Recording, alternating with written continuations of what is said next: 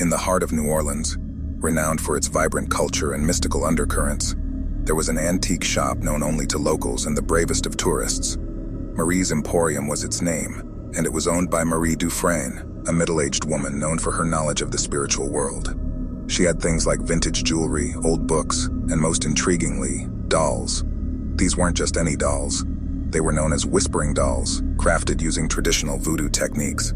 Christine, a young and curious journalist, had just moved to New Orleans to work for a local paper. Intrigued by the tales surrounding Marie's Emporium, she decided it would make an interesting article.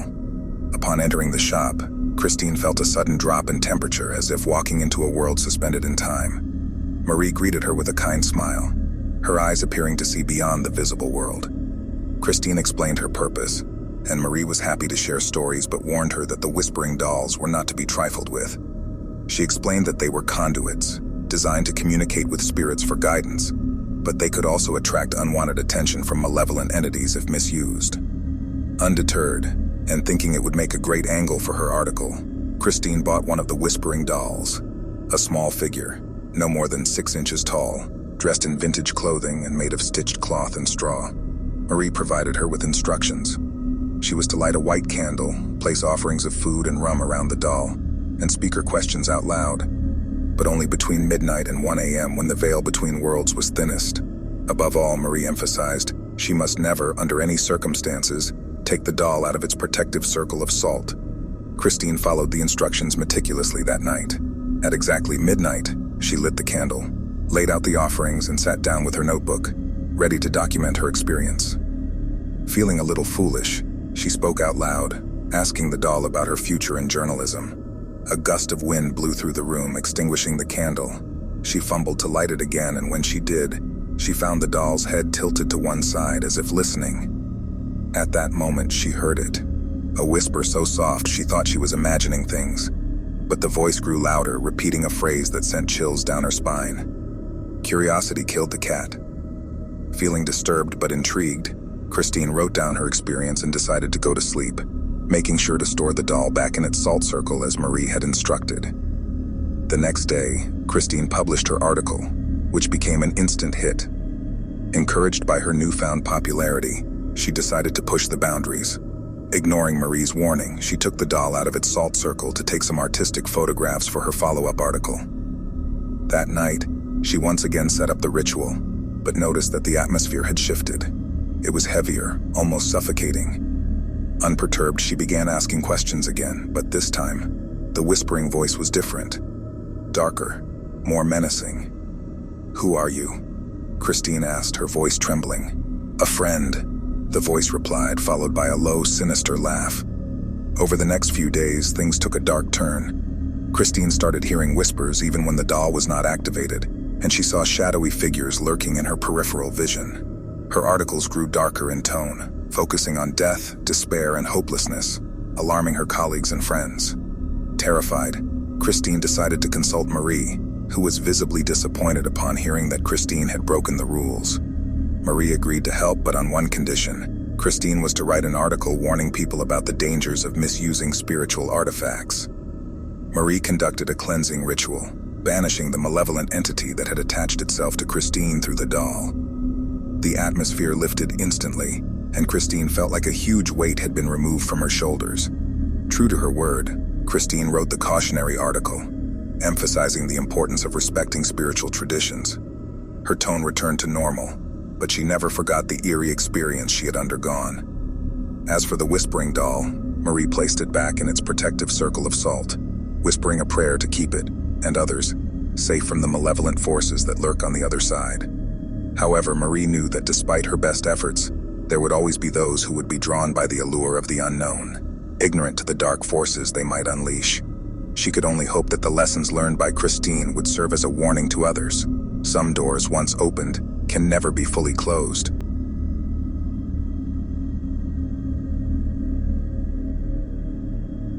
In the small, sleepy town of Wilton Creek, people prided themselves on knowing their neighbors and leaving their doors unlocked at night. But in 1987, a series of inexplicable occurrences shook this idyllic community to its core. The events began with the sudden reappearance of a black box. The black box in question had originally been discovered in the town square in the late 1800s. It was a cube, measuring 18 inches on each side and made of an indecipherable metal, stronger than steel, yet lighter than aluminum. No one knew where it came from or who left it there. When they failed to open it, the town council decided to bury it. It was almost as if the town collectively decided to forget it ever existed, until one summer day in '87 when it mysteriously resurfaced in the exact same spot. Wilton Creek was already buzzing with news of the black box when Laura Mills, a local reporter, decided to investigate. She interviewed residents, including Mary Ann, a sweet old lady who claimed her husband had spoken of the box but warned her never to seek it out. He had told her it was best left alone, buried and forgotten. Laura thought it was all a little too melodramatic but couldn't deny the story's allure. The town council convened an emergency meeting, despite concerns from older members who recalled the cautionary tales associated with the black box. It was decided to keep it in the town museum under strict security. Laura reported on this, but was more intrigued by a detail only a few seemed to recall: that the box had inexplicably opened itself for a few moments in 1917, during the solar eclipse before closing again. What's more, people remembered that pets had gone missing, and some reported seeing shadow figures around that time. With another solar eclipse predicted in a week, Laura felt a tinge of both excitement and dread. She couldn't shake off the feeling that she was onto something. Maybe she could be present at the museum to document the box opening again. She spoke to the museum curator, Bob, who was hesitant but finally agreed, swayed by Laura's enthusiasm. The day of the eclipse came. The museum was closed to the public, but Laura and Bob were there, cameras ready, eyes on the black box encased in a glass cabinet. As the clock ticked closer to the time of the eclipse, Laura felt an inexplicable chill down her spine. "Do you feel that?" Bob whispered, his eyes widening. The temperature in the room had dropped suddenly, but there was something else, a feeling of being watched. Laura shook it off, focusing on the box as the moment of the eclipse drew near. Just as predicted, at the peak of the eclipse, the box creaked open. Laura gasped. Inside the box was a perfectly dark void. It seemed to absorb light. She leaned in to take a photo, but her camera malfunctioned. "Impossible," she muttered, resetting the camera. But Bob was focused on something else. "The shadow figures," he muttered, visibly frightened. Laura turned. Around them, near the walls, stood humanoid shadows, almost like 3D silhouettes staring at the open box.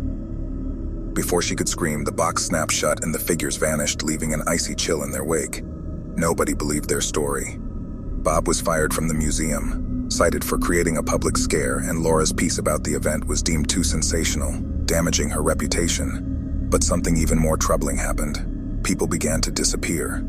First, it was a local drunk, then a teenage girl, followed by Mary Ann, the old lady Laura had interviewed.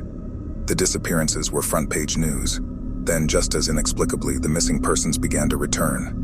But they were changed, emotionally distant, vacant in their eyes, as if a part of them had been hollowed out. Mary Ann returned too, but she wasn't the same. Her once warm eyes were now cold and lifeless. Terrified, Laura tried to get the remaining town council members to remove the box, but they dismissed her as hysterical. And so the black box remained in the museum, as people in Wilton Creek tried to return to their daily lives, ignoring the unnerving changes in their returned neighbors and the oppressive air that now hung over the town. Laura moved away, but the story haunted her. In her darkest moments, she wondered what the box was, where it came from, and what it wanted. But what haunted her most were the shadow figures. What were they? Guardians of the box, or something far more sinister? Years later, in another part of the country, Laura saw a news report, a small town celebrating the discovery of a mysterious black box, similar to the one in Wilton Creek. The box had been found during an excavation for a new shopping center. Laura felt her heart sink as she saw the familiar cube on the screen, to bury the box and forget it ever existed. But deep down, she knew it was probably already too late. The shadows, it seemed, were spreading. And so the cycle would continue in another town, among other unsuspecting souls, repeating a history that some would attribute to urban legend, but which Laura knew was all too real. Would these new witnesses of the box's malevolent enigma be luckier than the residents of Wilton Creek? Laura shuddered at the thought, knowing she'd probably never have an answer, forever haunted by the chilling mystery of the black box.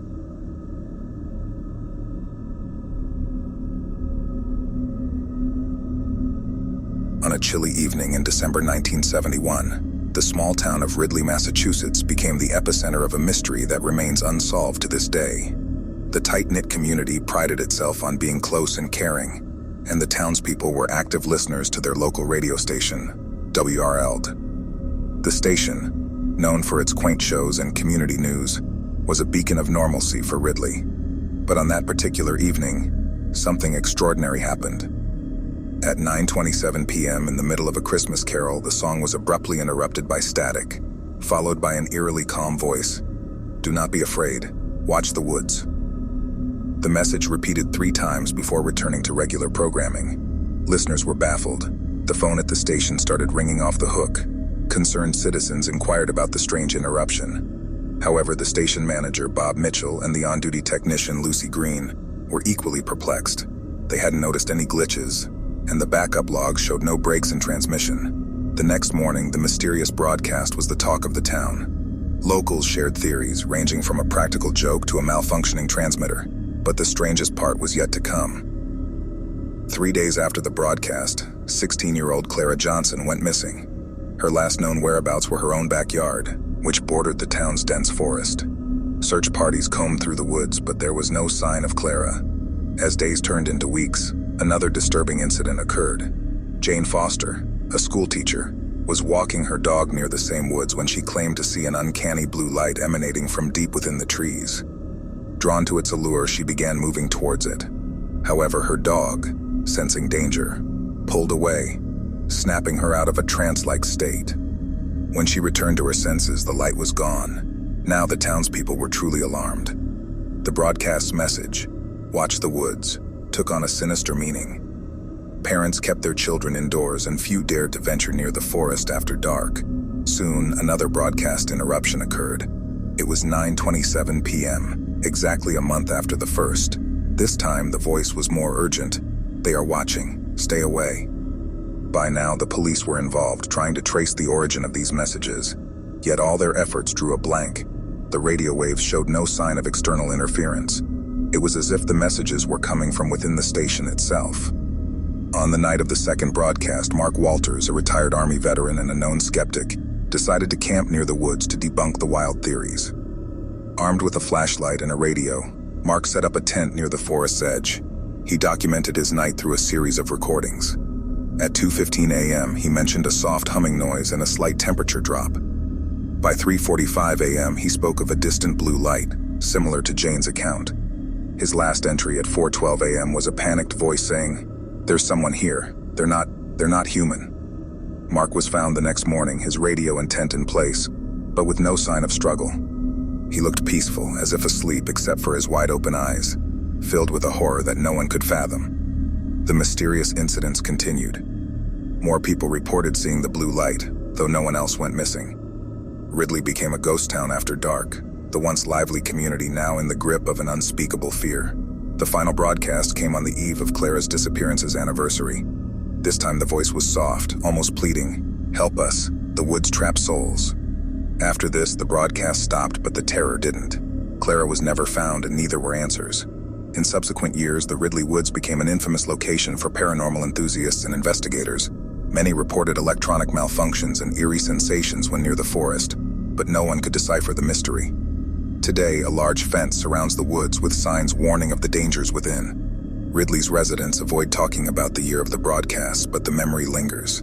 And as night falls, if you listen closely, the distant hum from the forest is a chilling reminder of the events that once shook the town. Thanks for watching, and don't forget to subscribe to our channel for more bone-chilling content. Prepare yourself for the horror that awaits. And remember, the night is full of secrets, waiting to be revealed. Give in to the fear if you dare.